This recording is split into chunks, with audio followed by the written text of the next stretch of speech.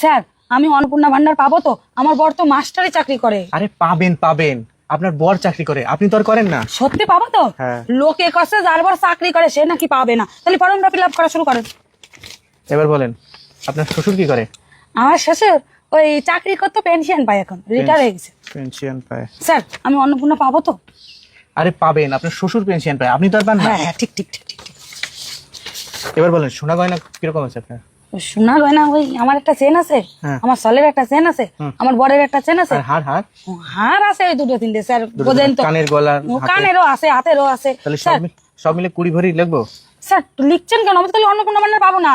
আরে সোনা গয়না আপনি কিনেছেন? আপনি তো কেনেন নাই। না। দিছি তো আপনার মা বাবা, হ্যাঁ, আপনার শ্বশুর শাশুড়ি, হ্যাঁ, আপনার স্বামী। হ্যাঁ। ওটা তো আপনার না। না, না, না। আপনি অন্নপূর্ণা ভান্ডার পাবেন। তাহলেই ঠিক আছে স্যার, তাহলে আমি 20 এবার ভরি লিখে টেনশনে দিলাম। ছিলাম। 20 ভরি ও লিখে- যা খুশি তাই লেখেন, যা। হ্যাঁ, ঠিক আমি তো আছে। টেনশনে ছিলাম, বুঝলেন। আর জমি কিরকম আছে মাঠে? জমি মাঠে 5 বিঘে আছে, আর বাড়িতে? বাড়ি 1 বিঘে মতন আছে। বাড়ি 1 বিঘে।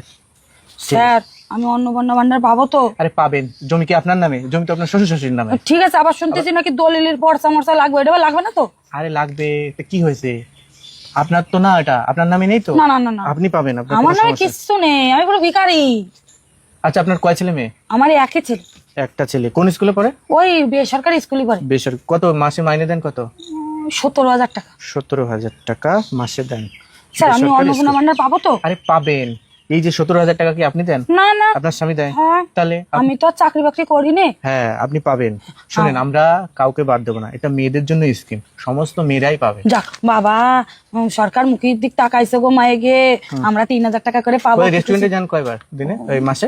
মাসে 4-5 বার যাই। মাসে 4-5 বার রেস্টুরেন্টে। খাসি মাংস টাংস খান নাকি?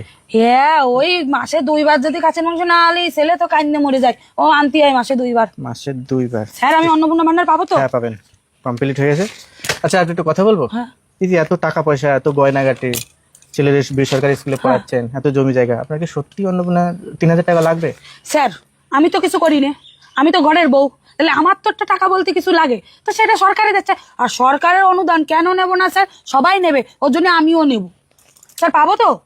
ঠিক আছে, দেখি কি ব্যবস্থা করা যায়। না নিলে হয় না? না না না না, আপনার তো সবাই অনেক- নিচ্ছে, আমি নেবো না কেন? আমি কি দোষ করলাম? আরে আপনার থেকে অনেক গরিব মানুষ আছে, তাদের দিই। আরে স্যার ওদেরও দেবে, আমারও দেবে। আরে স্যার ওই গরিব মানুষদের মতো তো আমিও গরিব, আমার তো কিছু নেই স্যার, আমি অন্নপূর্ণা ভান্ডার পাবো তো? ঠিক আছে, দেখি কাগজ জমা দিই, সরকার দেখবে দেবে কি না দেবে। স্যার পাবো তো? হ্যাঁ হ্যাঁ স্যার পাবেন। ফোন নাম্বার দিয়ে গেলে হতো না? আরে ঠিক আছে, আপনি যা ব্যবহার করতেছেন, এ তো সরকার না দিলে মনে হচ্ছে আমার গাড়িতে দিতে হবে না। ও তাহলে ঠিক আছে, তাহলে ঠিক আছে। আসলাম। হ্যাঁ বাবা, 3,000 টাকা পাবো।